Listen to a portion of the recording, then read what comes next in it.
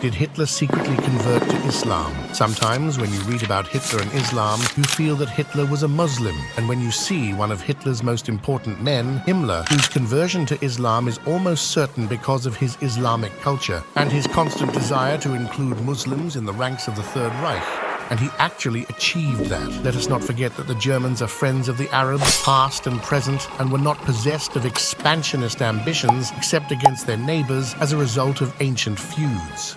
This relationship between Muslims and Germans developed into a relationship of cooperation and unity. How did the Arab people become the focus of the Nazis' interests as a radio was issued to the Arabs, broadcasting in Arabic the speeches of Joseph Goebbels and the works of German propaganda, calling on the oppressed Arab peoples in the name of free Arabs?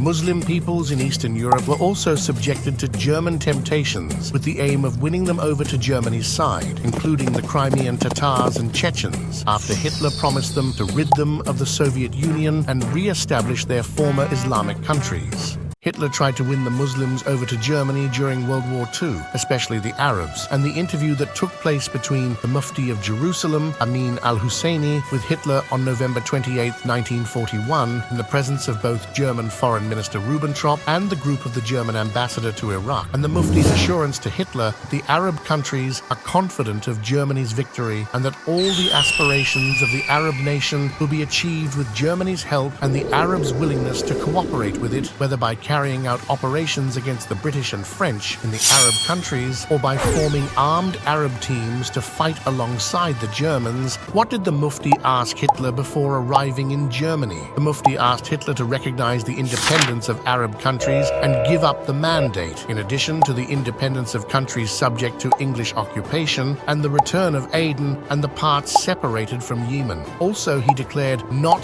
to covet Egypt and Sudan and demanded that the Jewish national homeland be abolished and not recognized. Hitler responded that these demands were premature and that when the Allied forces were defeated in these areas, the time would come for such a declaration. Then came the surprise when Amin al-Husseini proposed in his second meeting the formation of an Arab Islamic army of volunteers in North Africa and the East. In the midst of Allied resistance, Hitler gave Muslim fighters the right to pray anywhere and at any time, regardless of circumstances. They were praying as a group in Berlin Square, and Hitler was waiting until they completed their prayers, and then he would deliver his speeches in front of the Nazi army. He would meet with Arab clerics and hear from them about religion, the biography of the companions, and their actions. He would urge the sheikhs to be like priests with his army, and he would call on non-Muslims and urge Muslims to fight the Jews.